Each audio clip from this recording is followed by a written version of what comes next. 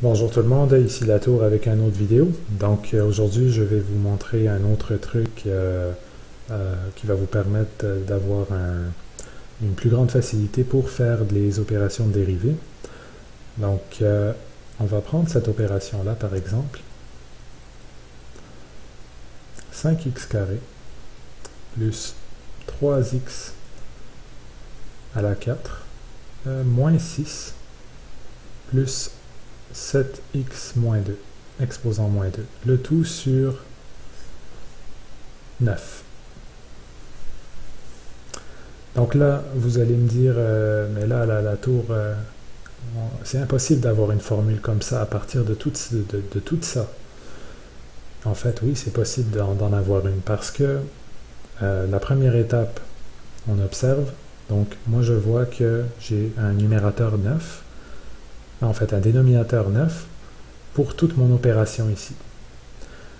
Et j'ai rien d'autre au dénominateur. Donc, la deuxième étape, maintenant que j'ai fait mon observation, ce serait de simplifier. Comment est-ce que je pourrais simplifier afin d'avoir cette forme ici? Eh bien, il y a un truc simple, et puis vraiment, c'est une des quelques règles en algèbre. Donc, vous pouvez remplacer ça par... Puis en fait, avant que je commence à écrire, qu'est-ce que ça veut dire cette opération? Ça veut dire que vous avez 5x carré sur 9, plus 3x 4 sur 9, moins 6 sur 9, plus 7x moins 2 sur 9. Donc, maintenant qu'on sait ça, eh bien, écrivons-le de cette manière-là. 5x carré sur 9, plus 3x4 sur 9, moins 6 sur 9, plus 7x moins 2 sur 9. Et donc là, on remarque que maintenant, on a en fait cette forme-là. Pourquoi on a cette forme-là?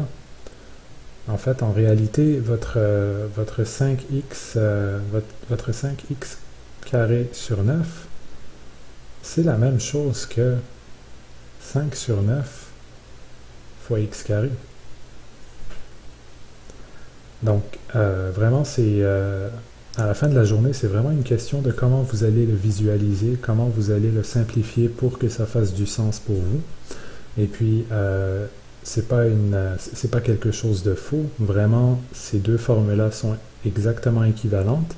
Et si on remarque, maintenant qu'on a 5 sur 9 et ici x carré, on a vraiment la même formule ici, la même forme qu'on a. Donc, qu'est-ce qu'on va faire à ce moment-là? On va pouvoir appliquer cette formule-là de dérivée sur tous les éléments ici. Donc, je vais juste effacer ça. On va faire un peu de place.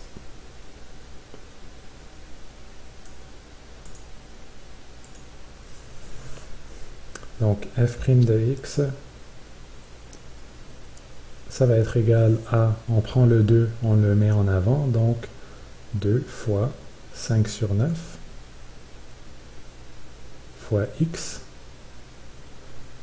et notre x il est exposant 2, donc 2 moins 1, on se retrouve avec un 1, plus, même chose ici, donc on a un 4, plus 4 fois 3 sur 9, fois 3 sur 9, et notre x maintenant, il est exposant 3, moins 6 sur 9. Donc, la dérivée d'une constante, et ça, je ne l'ai pas montré dans le dernier vidéo, en fait, j'appelle ça une constante. Disons la dérivée d'un chiffre qui n'est pas accompagné d'une variable. Ce serait la meilleure explication que je pourrais donner. Donc, un chiffre, que ce soit 6 sur 9, que ce soit 5, 1 million, pi, peu importe, c'est 0. Donc, vraiment, on ne prend pas compte de ça ici. Toute cette partie-là, on n'en prend pas compte. Ensuite, plus. Donc, 7 sur 9, x exposant moins 2, on fait la même chose. Donc, plus moins 2 fois 7 sur 9, x Et moins 2 moins 1, ça fait moins 3. Donc on va réécrire l'équation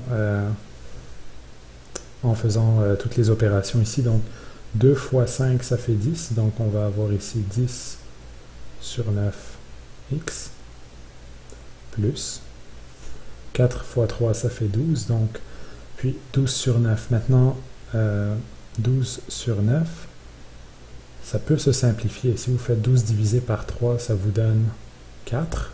Et 9 divisé par 3, ça vous donne 3. Donc, je vais juste effacer ça.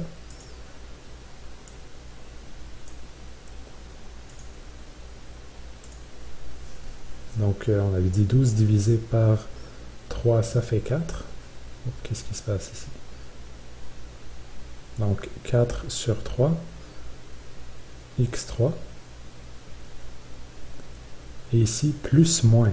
Donc là, on a un plus moins. Donc en fait, on a un moins. 2 fois 7, ça fait 14. Sur 9. Fois x exposant moins 3. Donc voilà, c'est la réponse à la dérivée. Encore une fois, c'était la tour et merci d'avoir visionné.